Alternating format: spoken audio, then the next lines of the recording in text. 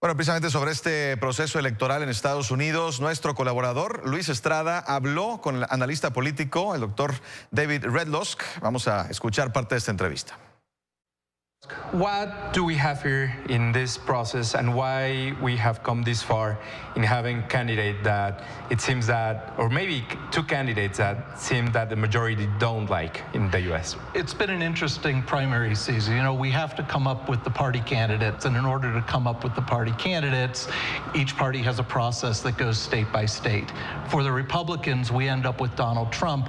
I think primarily because we started with 17 Republican candidates, far more than anybody could keep track of, far more than the media could focus on.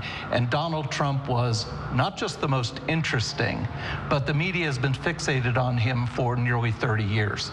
So when he put his hat in the ring, said, I'm going to run for president, naturally the focus was on him. So do you think that with this process, do you have a stronger candidate that in the past? It seems that the Republican Party may have a stronger candidate that it did have in the primaries that run, you know, for other candidates in the past?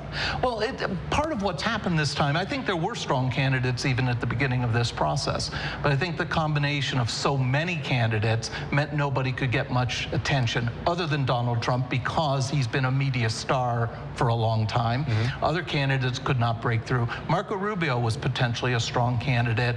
Jeb Bush was potentially a strong candidate. Neither of them could really, in the end, break through that Donald Trump factor. But let's also recognize that Donald Trump himself is a master at connecting to the very people he needed to win. That is, the way he talks about making America great again is exactly what this group of people feels is needed today. And talking about the multicultural coalition that usually support in a higher proportion to the Democrats than to Republicans. What is going on in the Democratic Party? Why still Bernie Sanders competing and hasn't dropped the race? So one of the things I said early on is that Bernie Sanders is Donald Trump and Donald Trump is Bernie Sanders from different sides of the political spectrum.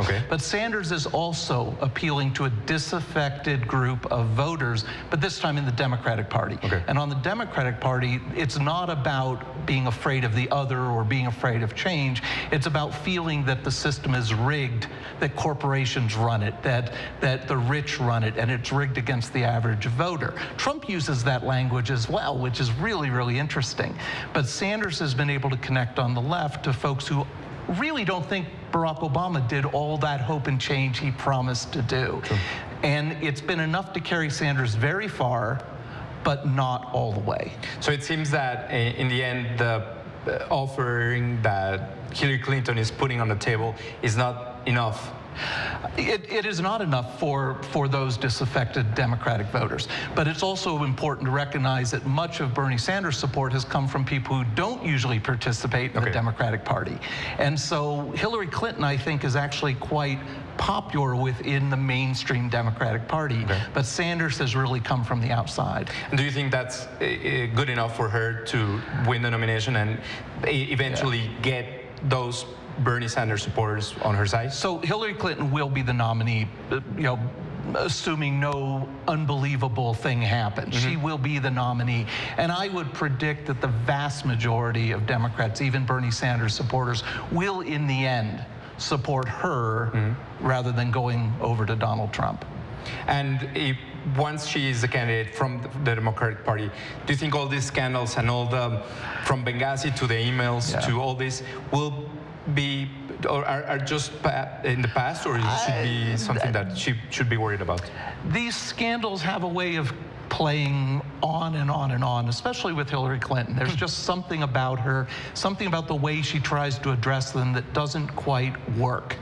And so while I don't think there's actually very much from a legal perspective on the email scandal, from a political perspective, it's been very important.